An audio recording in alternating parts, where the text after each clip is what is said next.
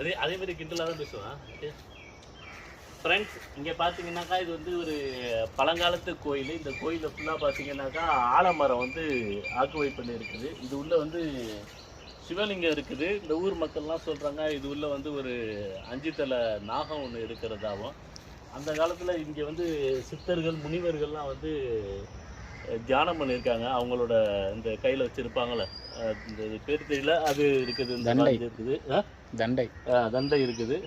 இதில் பார்த்தீங்கன்னாக்கா பெரிய பெரிய பாம்பு இதெல்லாம் இருக்கிறதா சொல்கிறாங்க. இது வந்து சிவன் வந்து நாகலிங்கமாகி வழிபட்டதாக சொல்கிறாங்க.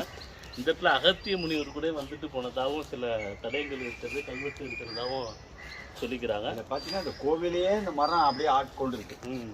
இந்த கோயில் ஃபுல்லாகவே பார்த்தீங்கன்னாக்கா இந்த ஆலமரம் வந்து ஆட்கொண்டு இந்த கோயிலை வந்து பாதுகாத்து வச்சுருக்குது. இது கிட்டத்தட்ட ஒரு 1200 வருடங்கள் தஞ்சாவூர் கோயில் கட்டுறதுக்கு முன்னாடி ராஜராஜ சோழன் வந்து இங்கே வந்து வழிபட்டதாகவும் ஒரு குறிப்பு இருக்குது.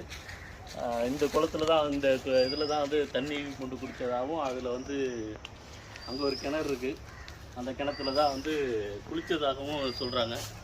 காந்தி வந்து உப்பு சத்தியாகிரகத்துக்கு இந்த சிலையாடிக்கு வந்தப்போ கூட இங்கே வந்துட்டு போனதாகவும் ஒரு சான்று சொல்லுது. அது எந்த அளவுக்கு உண்மைன்னு தெரியல.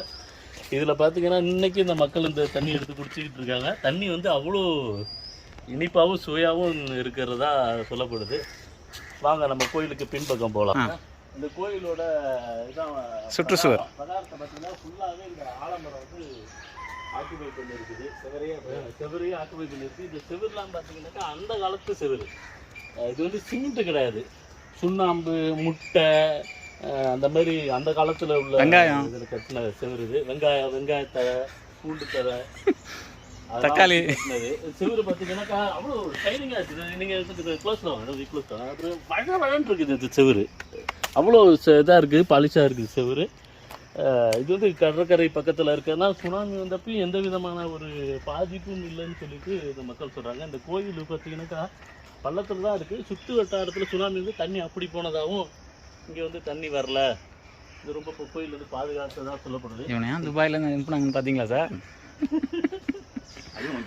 அப்புறம் வந்து இந்த கோயிலை வந்து இப்போ இந்த காலத்தில் உள்ள மக்கள்லாம் சொல்கிறாங்க இந்த கோயிலில் வந்து வழிபட்டு 108 தேங்காய் உடைச்சாக்கா குழந்தை பாக்கியம் உண்டாகிறதா சொல்கிறாங்க.